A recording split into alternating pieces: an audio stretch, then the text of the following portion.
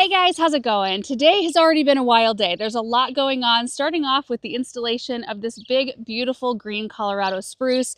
They arrived so early this morning, and we didn't even know they were going to come today, that we did not have a chance to get a camera up. I mean, they already had the whole dug.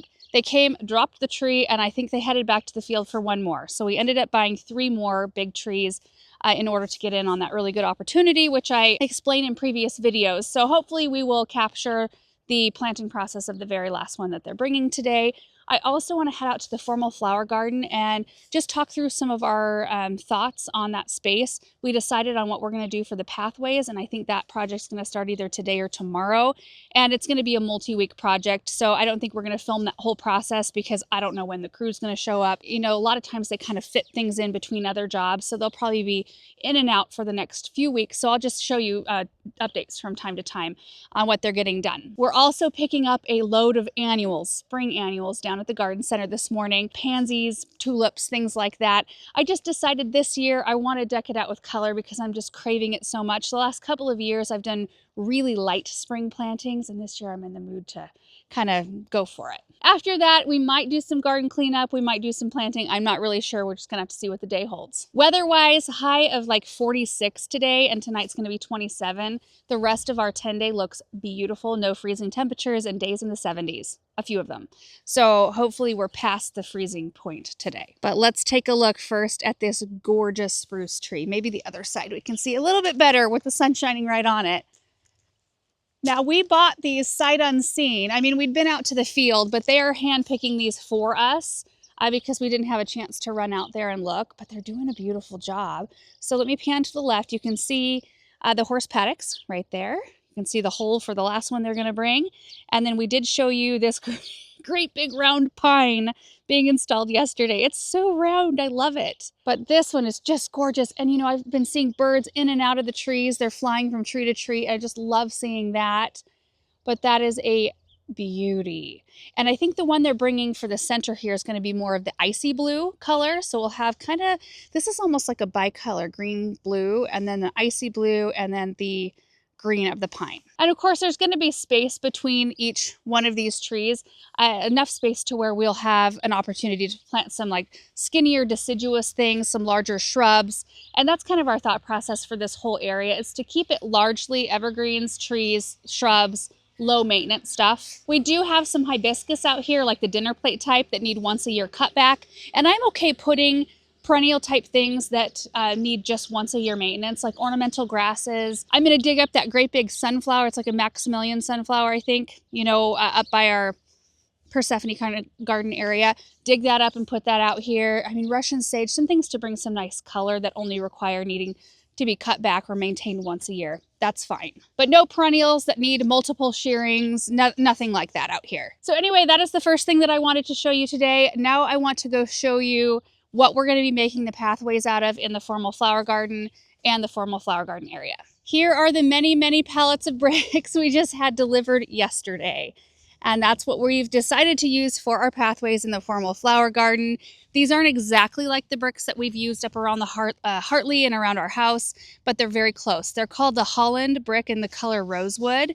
So they're kind of a cooler tone. There's a lot of gray in them. They really are very similar to the ones we had before. And I can't even remember the name of the other ones, but they were not available. So we decided these are so far away from everything else brick that we've got going on that it won't really matter. And they're so darn close to the other ones.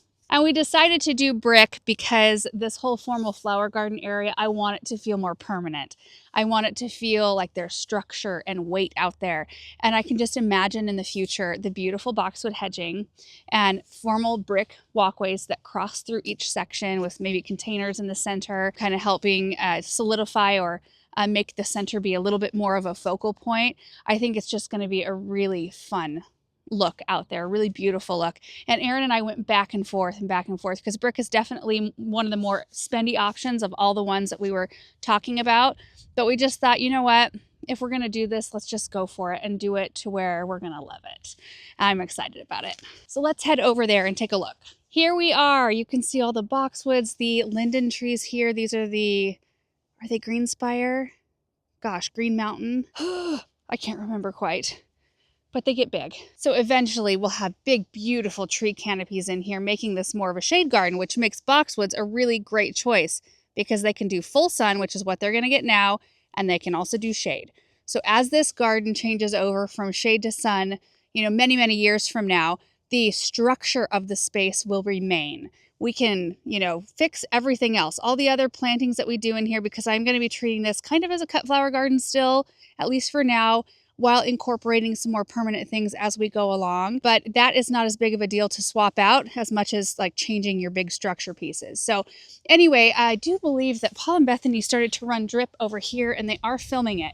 So I'll be able to show you that once they're all done, but you can kind of see what's going on here. And the plan is to get all of the drip done to the boxwoods and the tree area, because I'm going to plant these up as well. Just nice to have the drip there. We don't have our water on yet, so it's not going to be operating for a little while, but we're going to get the drip run and at least get the boxwood areas all mulched, and that will make it look sharp. But the crew was out here the other day painting the lines for the walkway, and I'm not sure how it's going to translate on camera because it's pretty light, but there's pink lines.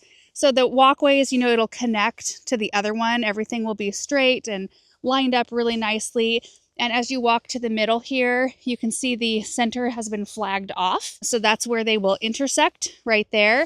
And there'll be another walkway going through here and connecting to the other one. So there'll be a really nice traffic flow through this whole area. And you can see that right here was just dropped off this morning. So I'm guessing whenever they start, whether that be today or tomorrow, they'll just start by digging out the area, because they need to dig down a certain amount of inches so they can put all their base down and all of that. And then what their plan is to do is to line out a little section of brick, just like one section, so that Aaron and I can look at it and determine the width.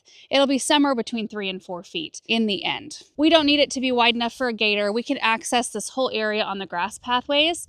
With the gator, we can get close enough that way, and then we can just use our pop-up bags to come in here and grab things and then take it back to the gator and dump it, or it will be wide enough for a gorilla cart. So we can get that in here, but we're not planning to come in here with the tractor or gators anymore at this point. So it doesn't need to be super wide in the way of pathways. Also, this is going to seem fussy, but for those of you who like things to match up, which I'm one of those, the center of this pathway is not going to match up there. So we are going to move that pathway over and dig up the apples and move that whole thing over so that this will line up exactly with the stone pathway here. When we put in that pathway, we didn't have any idea we were going to be doing this project. So had we known that, we would have done a better job lining it up, and it's not going to be that much work. It seems like it's going to be complicated, but I don't think it's going to be too bad. We're going to need to pick up the rocks back just a ways so that we can get the trajectory right. But we'll just scoot the rocks out of the way. They're not formally put down. It's just mulch between them. So they're just sitting there on the ground. There's no like binding sand or any of that. So we'll set those aside. We're going to dig on the left side of each one of these apple trees, just kind of hollow out the hole to where we need them to go, and then we can scoot the root balls over. So I'm hoping we can scoot the whole, it's going to take a couple of guys, but we will be able to scoot the whole contraption over without having to take anything off of the arbor. So we'll scoot that over, and then we'll put the rocks back down. It's one of those situations that we can get after it now because I just planted those apple trees in the fall, so they're not rooted in. It's going to be an easy move as opposed to waiting on it or just trying to live with it. If there's something that bugs you, and you guys know this, if there's something that bugs you in the garden, I'm a total proponent of fixing it. If it takes extra work, fix it. It's going to make it worth it in the end. You'll like it so much more. And you guys, that breeze right now, I didn't know it was supposed to be breezy, is so cold. Frigid. We are going to go pick up the annuals now, and we are going to bring them back on the flatbed trailer, which means I am going to be driving about 5 miles an hour through town to get them here. But I'm excited to see how they look because my mom just ordered from a brand new company, brand new grower, so we'll see how they look versus what we're used to getting. We have arrived, and boy, this shed is full of beautiful things. The first thing I noticed when I walked through this door were the hardy succulent bulbs. I think they are just so striking. They're beautiful. Of course, contrasting the hellebores that are fantastic. That looks great. Anemones. Look at all of these flats. Oh my gosh. So many things. Tons of herbs today. Lots of different herbs. I think most of my stuff is down in this area because I've got a lot of pansies. It's largely pansies with a few other things mixed in.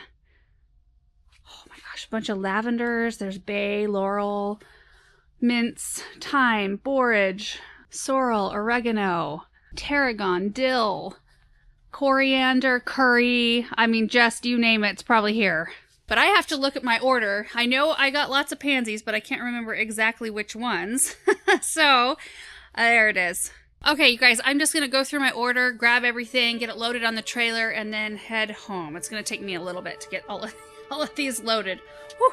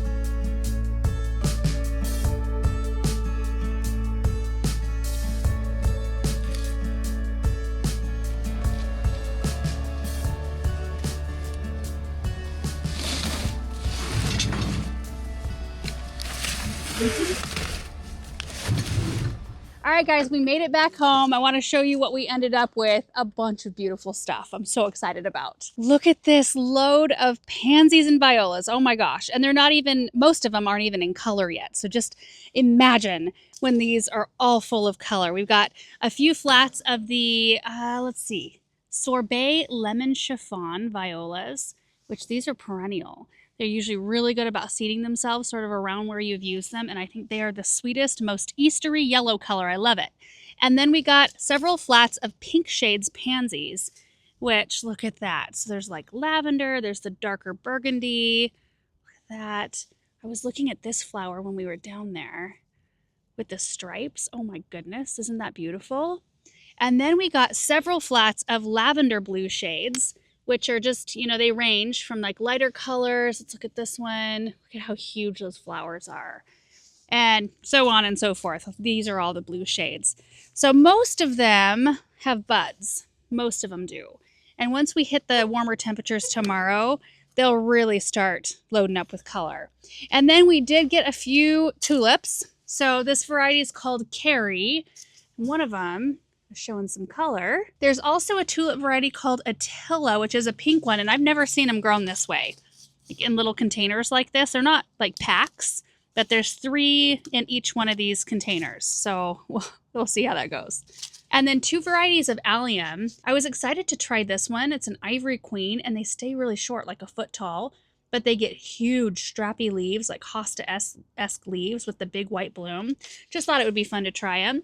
And then, of course, the drumstick alliums, which I love these. They've got wispier foliage and those really pretty flowers. And then this one I did not order, but I had to try it. It's a blackberry called Snowbank, a white blackberry. Never seen such a thing. And I have no idea where that blackberry is going to go, but we will figure it out. But we are going to back this trailer into this open door right here. Just walk in, it's open in here. Some of the other stuff I picked up the other day. But I just figured if we backed it in here and then just rested the door in between the truck and the trailer, the truck can stay out here overnight. And then tomorrow, once we get past the really cold night tonight, we can just pull the truck out and then take pansies all over the place and start planting. I might do 1 planter today. I'm okay covering 1 tonight. The pansies and violas around the Hartley, they've been out for long enough that they're acclimated to it. I'm just not sure how these have been grown, and that's why I want to keep them protected, because pansies and violas can handle 27 easily. It doesn't phase them, but they need to be acclimated for it. I'm thinking we might plant up the large fountain base planter that's on the brick patio. I want to look in here real quick. I was thinking about this Carolina Sweetheart Redbud, and how beautiful of a vertical accent this would be in a container just for the spring. And then we can plant it out because then we can enjoy all of these blooms on it. And we can cover this tonight. That would be okay, and it would be fine as long as it's got some protection on it. But that would be so beautiful to have that vertical kind of wild bloom sort of situation. My goodness, things are waking up in here too. I don't think these had any green on them the other day when we were in here.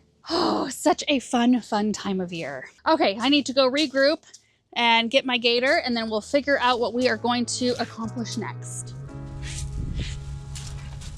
These beauties.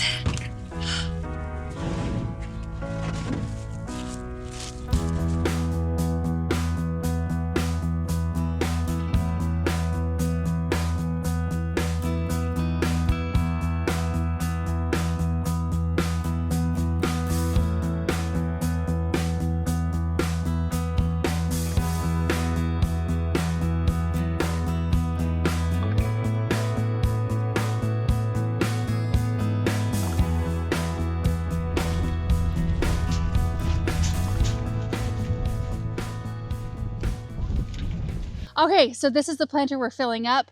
I've really enjoyed this structure right here. It's been a really good test. I mean, many of you know this used to be a fountain, and this is the bottom of it, and it was starting to crack, like pretty significant cracks, and it's starting to kind of fall apart, which is so odd that this is the part, like not the upper part that's actually exposed to winter and all of that, but it's the lower outside part that's starting to crumble. But it makes for a wonderful planter and gave us the opportunity to try something here before we made a commitment, just to decide what size of piece we wanted in this area, if we wanted plants versus if I want a fountain.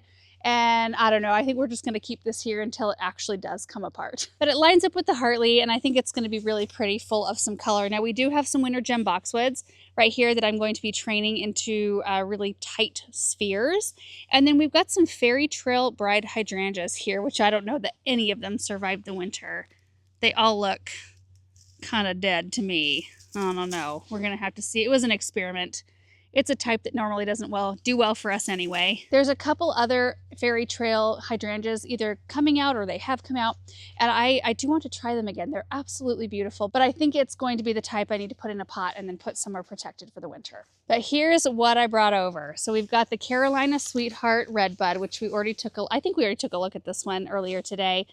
Beautiful leaves, oh my gosh, but it's full of buds, and this whole thing is just going to be lit up with pink flowers here very shortly. It's going to be kind of a faith in planting sort of situation, kind of like our forsythias were last year, because it's not currently in bloom, so you can't see it at peak, but we'll get there. A little bit more heat. And then we've got the hellebores we picked up the other day.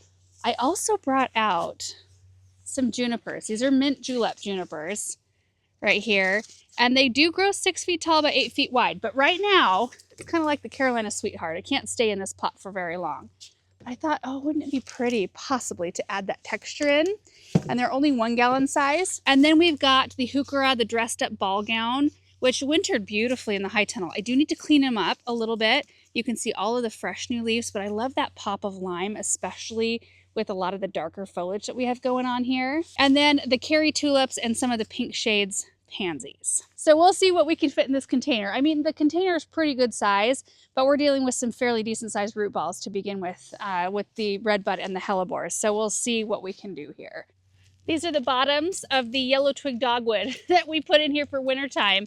When we cleaned this pot out, the soil was still pretty frozen and it was holding these branches in place. So we just cut them off at soil level, but now I'm able to get them out of here. Surprised they haven't tried to root themselves in here, actually. Maybe they would, given more heat. Get them all? Almost.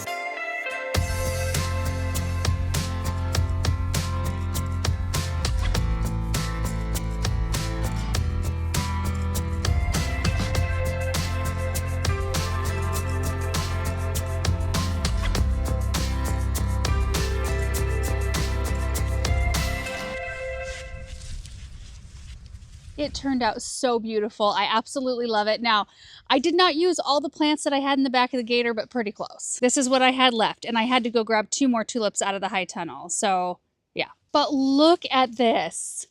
It's so pretty. And I cannot wait to see this red bud in bloom. And I don't see red buds used in containers very often, so I think this is going to be very fun just to see the progression of this one. So we've got the red bud, which will end up back out in our landscape later on when we get ready to do summer plantings. It's kind of good because it's going to force me to find a spot in the garden for this one, and I was kind of like wavering on where to put it. So when we get ready to plant summer stuff, I'll have to find a spot for it. And then we've got the 3 hellebores, which they are absolute perfection in terms of color. I almost went with the ones that were the darkest in color, and they were so striking and beautiful.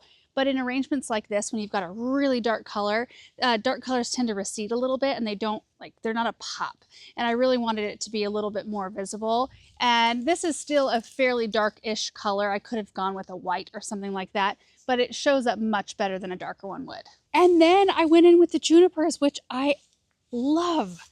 I love this plant in this arrangement. And again, these are going to be out in the dirt lands. That's what I bought them for, was to go out there. So when we get ready again to plant summer stuff, hellebores, redbud, juniper can all go out into the landscape, as can the heuchera. And these just turned out beautifully. So I ended up putting 1 heuchera in front of each hellebore. So that's that side. And there's another one right here in front of this hellebore.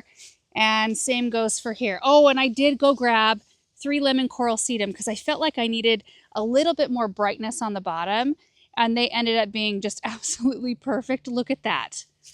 That just bright, soft pop of color, both the heuchera and the lemon coral sedum.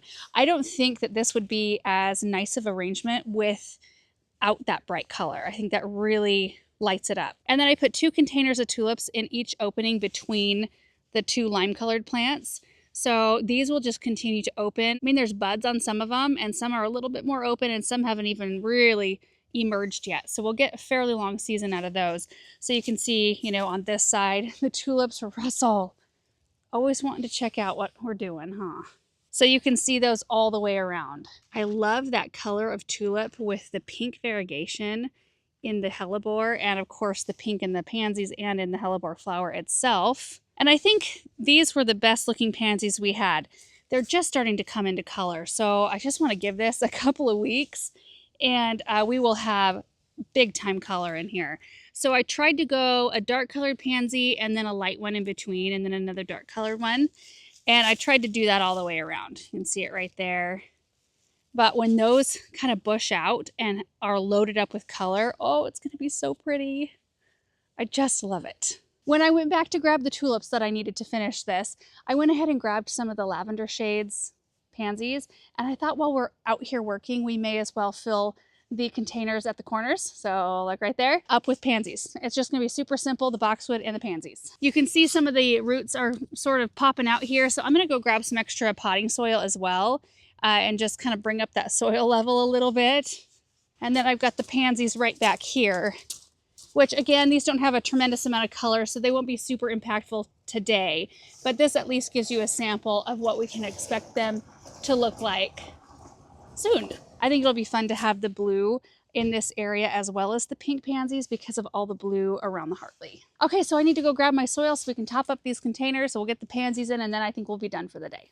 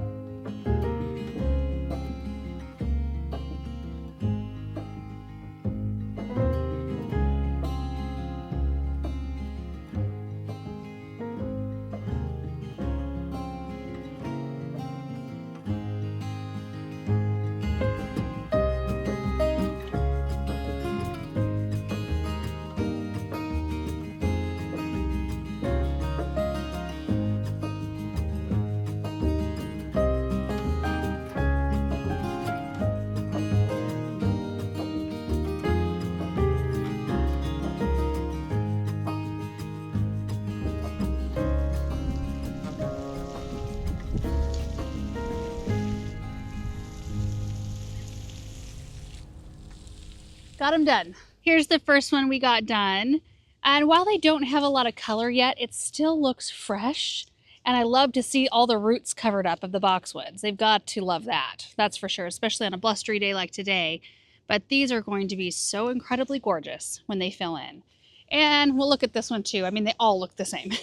they're all identical, but you can see that I did space them out just a little bit because once we get a little bit warmer here, which it looks like we are over the next week, they will explode with growth and they will fill in just hugely. And planting up these containers, especially with just the ring of pansies around the outside, is so reminiscent of all the days I spent planting up our pots downtown. You know, we have the pots at the corners of the downtown area, and I started that project I don't know how many years ago, and they're still being planted up, and my mom still orders in all the stuff and all of that, but it's more like the city's a little bit more involved now, and they water all week long, and they have added extra pots in between, like in the middle of the blocks, not just the corners, so it has expanded a little bit. But when, you know, when things got really busy for us here and we were really starting to amp up what we were doing here, there were certain things that I just couldn't continue to do all the time. So I'm glad that the project is still going on, but when I plant these, it just reminds me of that. And it feels like it was just yesterday that I was doing that, but also it feels like another life ago. Isn't that weird? Life is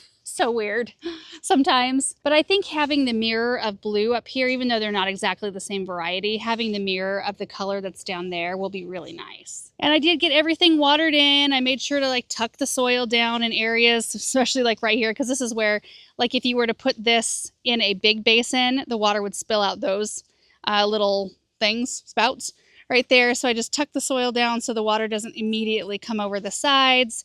Everything should be happy. One little side note, just because we're standing here, we've got some snowdrops in bloom here, and then just a sweet little display of them. In fact, they are almost done. Some of them have already petered out, but I planted some years ago a big bunch of snowdrops around the base of this tree, and I just love it. So cute. Do you love it, Russell?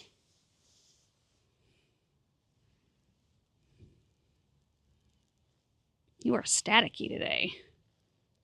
Anyway, guys, that is going to do it for our projects today. I love these containers being done, and we're just going to continue on with all the rest of the stuff that we picked up. We are just going to find all the containers and all the empty spots and get them full of just something, some kind of color. I'm loving it. So thank you guys so much for watching. I hope you enjoyed it, and we will see you in the next video. Bye.